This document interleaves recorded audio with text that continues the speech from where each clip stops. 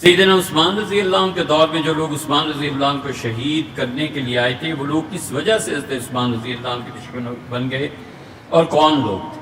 ہے تو لمبا یہ سوال بھائی، اور اس کا جواب بھی، لیکن مختصراً یہ ہے کہ یہ سب خوارج تھے اور خارجی رسول اللہ صلی اللہ علیہ وسلم کے آخری دور میں پیدا ہو گئے۔ حضرت رسالت مآب صلی اللہ علیہ وسلم کتنے عمرے کیے ہیں؟ صحابہ رضی اللہ عنہ میں ہوا ہے اس پہ اختلاف کہ 3 یا 4۔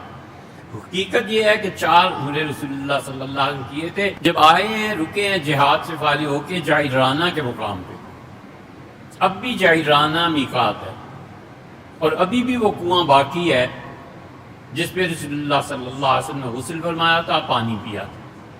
اب اسے تھوڑا سا ماڈرن کر دیا ہے، جب پہلی مرتبہ جانا ہوا تھا تو بالکل جیسے جنگل ہوتا ہے ویسے۔ جعرانہ میں رسول اللہ صلی اللہ علیہ وسلم رکے ہیں ایک رات کو، راتوں رات مکہ مکرمہ میں آئے ہیں اور عمرے کی ادائیگی کے بعد تشریف لے گئے ہیں۔ یہ عمرہ بعض صحابہ رضی اللہ عنہ کو پتہ چلا، بعض کو نہیں پتہ چلا۔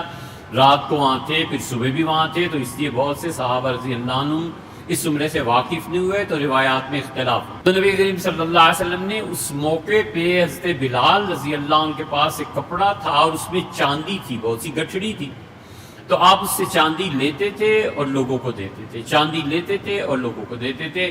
گویا تقسیم فرمائی تو اس تقسیم میں ایک آدمی اٹھ کھڑا ہوا اور اس سے کہا کہ محمد عبداللہ کے بیٹے انصاف کرو۔ تو حضور صلی اللہ علیہ وسلم فرمایا، دنیا میں اگر میں بھی انصاف نہیں کروں گا تو پھر کون انصاف کرے؟ سیدنا عمر رضی اللہ عنہ کہا کہ اللہ کے رسول، اس کی گردن اڑا دینی چاہیے، یہ آپ کے فعل پہ اعتراض کرتا ہے۔ اور بعض روایات میں آیا کہ جملہ خالد ابن ولید رضی اللہ عنہ نے کہا کہ اس کی گردن اڑا دینی چاہیے، کوئی بھی ہو، رسول اللہ صلی اللہ علیہ وسلم نہ کرو ایسے، لوگ کہیں گے کہ اپنے صحابہ کو قتل کرنے لگا ہے ولیعذ باللہ۔ اور پھر رسول اللہ صلی اللہ علیہ وسلم نے اس کی نسل سے مراد اس آدمی کے ملتے جلتے آدمی اس امت میں پیدا ہوں گے اور وہ مجھ پر اعتراض کریں گے۔ یہاں سے یہ چلے ہیں خارجی، ہر چیز پہ اعتراض، ہر چیز پہ اعتراض، یہ اسلام نے کیوں کر دیا، یہ اسلام نے۔ اور اہل السنہ سے یہ الگ ہوئے ہیں جب انہوں نے یہ فتویٰ دیا کہ کبیرہ گناہ کا مرتکب کافر ہے، اور اس کی دلیل بھی انہوں نے سورہ النساء سے دی۔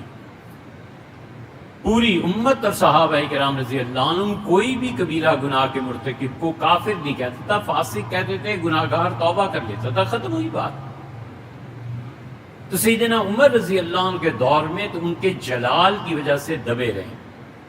پھر حضرت عثمان رضی اللہ عنہ کا دور آیا اور انہوں نے کی گڑبڑ سب سے پہلے مصر میں کہ حکومت کو اکھیڑ دیں۔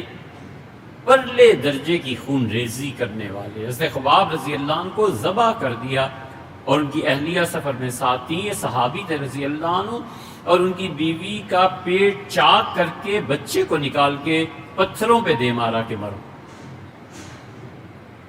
یہ خوارج تھے۔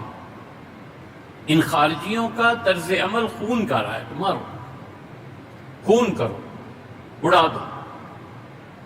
یہ جو کہتے ہیں نا کہ اس ملک کا علاج یہ ہے کہ یہاں پر جہاد کیا جائے، اور یہ ملک کافروں کا ہے، اور یہ ہے وہ ہے، انہیں غور کرنا چاہیے کہ وہ کس راہ پر چل پڑے، والعیاذ باللہ۔ ان خارجیوں نے عمر بن العاص جو مصر کے فاتح اور گورنر تھے، ان کے خلاف بغاوت کی۔ عمر بن العاص رضی اللہ عنہ نے دبایا، اور 600 آدمی عمر بن العاص رضی اللہ عنہ کی سزاؤں سے بھاگ کے مدینہ منورہ آ گئے، اور انہوں نے سیدنا عثمان رضی اللہ عنہ کی گھیرا ڈال لیا۔ صحابہ رضی اللہ عنہ کے خیال میں بھی نہیں تھا کہ اتنا بڑا سانحہ ہو سکتا ہے، اس لیے کہ آزادی تھی۔ لوگ جو آزادی سے جمعے اور عید کے خطبے میں سیدنا عمر رضی اللہ عنہ پہ ممبر پر نقد کر سکتے تھے کہ امیر المومنین یہ کیوں ہوا، یہ کیوں ہوا۔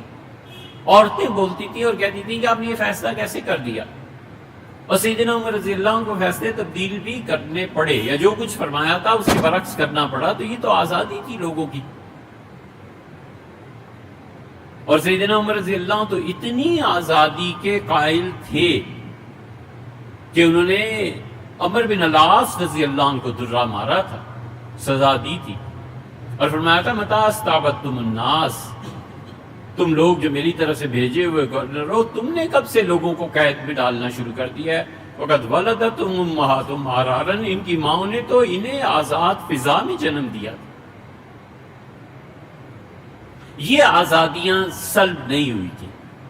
تو سیدنا عثمان رضی اللہ عنہ جمعے کے دن ممبر پر تھے.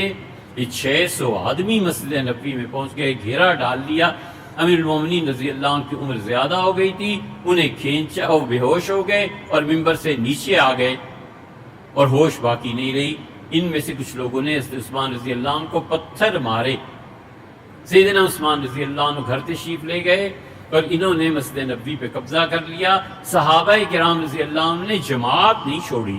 حضرت عثمان رضی اللہ عنہ سے لوگوں نے کہا کہ امیر المومنین یہ باغی ہیں, خارجی ہیں, حضور صلی اللہ علیہ وسلم کے مصلی پہ انہوں نے قبضہ کر لیا ہے اور آپ جا کر نماز ان کے پیچھے پڑھ رہے ہیں. انہوں نے کہا جب مؤذن کہتا ہے نا حی علی الصلاح حی علی الفلاح, تو میں اپنے آپ کو قابو میں رکھ نہیں سکتا کہ اللہ کی طرف سے مجھے بلاوا آ رہا ہے کہ آؤ فلاح, آؤ نماز, اور میں بیٹھا رہوں. مجھ سے یہ نہیں ہوتا.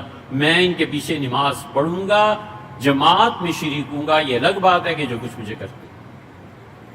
سب سے زیادہ مدبرانہ اور سب سے زیادہ سوچی سمجھی رائے سے معاویہ رضی اللہ عنہ. انہیں پتا چلا اور وہ شام سے حاضر ہوئے. ان کا امیر المومنین میری بات مان جائیں, فوج کو اجازت دیں کہ ان کے خلاف کارروائی کرے. انہوں نے کہا یہ نہیں ہو سکتا. رسول اللہ صلی اللہ علیہ وسلم کے شہر میں خون نہیں بہایا جائے گا. اس شہر کی عزت کو پامال کرنا میں کسی کو اجازت نہیں دے سکتا. انہوں نے کہا امیر المومنین پھر ایسے کر لیں, اب میرے ساتھ چلیں, دارالحکومت بدل دیں. یہ وہ پالیسی ہے جو سیدنا علی رضی اللہ عنہ کی تھی کہ مدینہ منورہ سے خلافت کوفہ لے گئے. تو عثمان رضی اللہ عنہ کا یہ بھی نہیں ہو سکتا.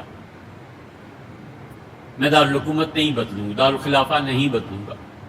اس شہر سے زیادہ اس کو کوئی ڈیزرو نہیں کرتا. ان کا حضرت خلافت ہی چھوڑ دے, رہی نا امیر المومنین. شورا کسی کو بلائیں, ان کے حوالے کر دیں. انہوں نے کہا نہیں یہ بھی نہیں ہو سکتا. حضور صلی اللہ علیہ وسلم سے فرمایا تھا کہ اللہ تمہیں ایک قمیص پہنا دیں گے اور لوگ چاہیں گے کہ وہ قمیص تم سے جبرن اتروا لیں, تو دیکھو قمیص نہیں اتارنا.